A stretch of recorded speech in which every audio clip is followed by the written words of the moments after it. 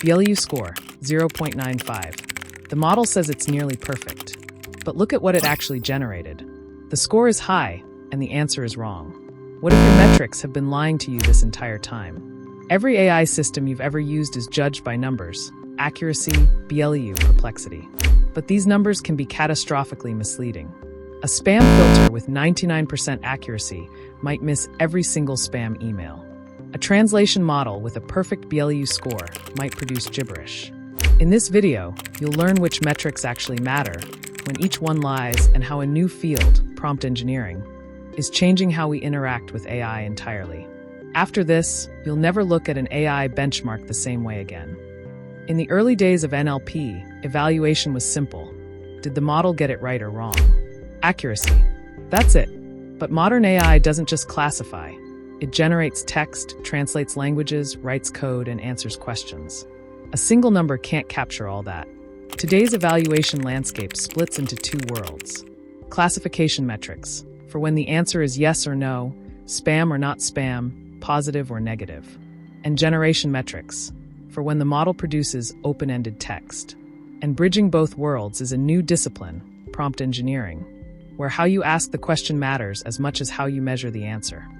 Let's start with classification. The confusion matrix is your ground truth. For quadrants, true positives, the model said yes and it was right. True negatives, the model said an O and it was right. False positives, the model said yes but it was wrong. And false negatives, it said an O but missed a real positive. Accuracy is simple. Correct predictions divided by total. But here's where it lies. Imagine a disease affecting 1 in 1,000 people. A model that always says not sick gets 99.9% accuracy and catches 0 actual cases. Accuracy is meaningless when classes are imbalanced. Precision asks, of everything the model flagged, how many were actually correct? Use this when false alarms are expensive, like spam filtering your important emails. Recall asks, of all actual positives, how many did the model find? Use this when missing a positive is dangerous, like cancer screening. F1 score is the harmony between them. The balanced measure when you need both precision and recall. Here's the key insight. There's always a trade-off. Push precision up, recall goes down. Push recall up, precision drops. The F1 score finds the sweet spot. Now the harder problem, measuring generated text. How do you score a translation or summary when there are many valid answers? BLEU, Bilingual Evaluation Understudy, compares the model's output to a human reference by counting matching word sequences. Unigrams, bigrams, trigrams, fourgrams. More n-gram matches, higher score. But BLEU only measures precision, whether the model's words appear in the reference. Rouge flips it. Rouge measures recall, whether the reference words appear in the model's output. Crucial for summarization, where you need to know, did the summary capture the key points? METEOR improves on both by considering synonyms, stemming, and word order. It's more forgiving and correlates better with human judgment.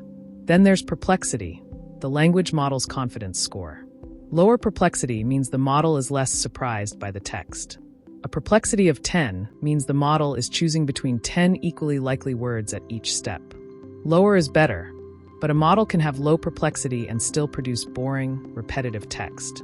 Every metric has a blind spot. BLEU ignores meaning. Rouge ignores fluency. Perplexity ignores relevance. That's why you need multiple metrics and human evaluation together.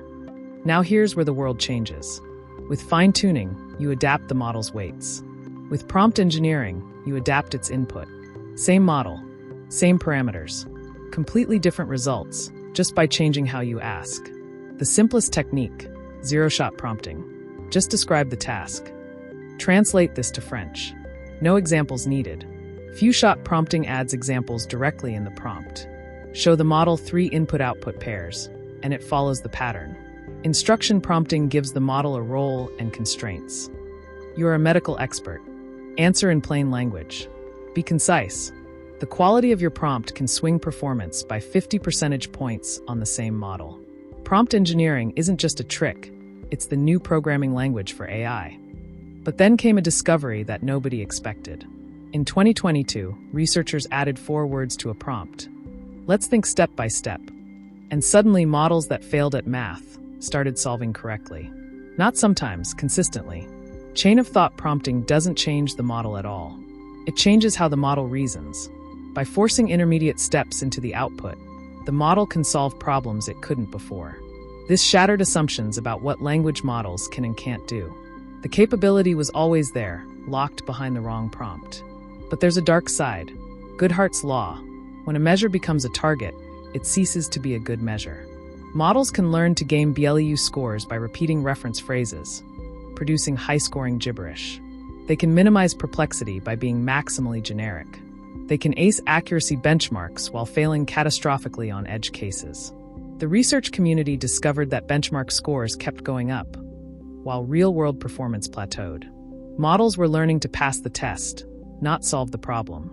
This is why modern evaluation combines automatic metrics, human ratings, and adversarial testing.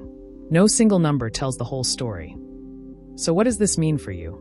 If you're building AI, never trust a single metric. Use precision and recall together. Combine BLEU with human evaluation. Test adversarially. Find the inputs that break your model. If you're using AI, prompt engineering is the highest leverage skill you can learn. The difference between a bad prompt and a great one isn't marginal. It's the difference between a useless tool and a brilliant assistant. Here's the modern evaluation framework. Step 1. Define what good actually means for your task. Step 2. Choose metrics that measure it, not metrics that look impressive. Step 3. Test on real-world cases, not benchmarks. Step 4. Iterate your prompts based on failures. The feedback loop between evaluation and prompting is where real AI development happens. Better metrics reveal better prompts. Better prompts produce better outputs. Better outputs demand better metrics. That wraps up Unit 2, Deep Learning for NLP. You've journeyed from RNNs to transformers, from attention to BERT and GPT, from fine-tuning to prompt engineering. In Unit 3, we go deeper. Advanced NLP techniques. Information extraction. Few-shot and zero-shot mastery. Chain of thought reasoning. Model compression and distillation. The cutting edge. If this series has changed how you understand AI, hit subscribe. Every video builds on the last, and Unit 3 is where everything gets real. This is where understanding meets application.